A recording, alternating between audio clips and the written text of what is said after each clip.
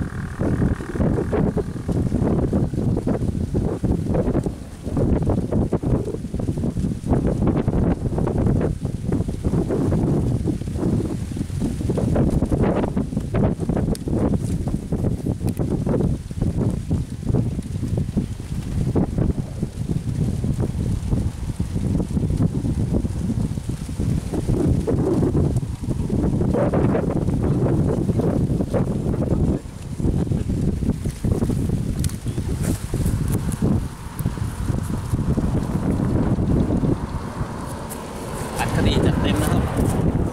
ะครับเป็นปลาช่อนนะครับนี่ก็ทวนครับก็เนี่ยมันเป็นร่องน้ำซึ่งเขาเอาไว้ดูดน้ำเนี่ยอีกฝั่งเนี่ยมันจะเป็นท้องนานะครับซึ่งท้องนาเนี่ยน้ำมันแห้งนะครับเขาตีเลนแล้วนะครับก็ปลามันก็เลยลงมา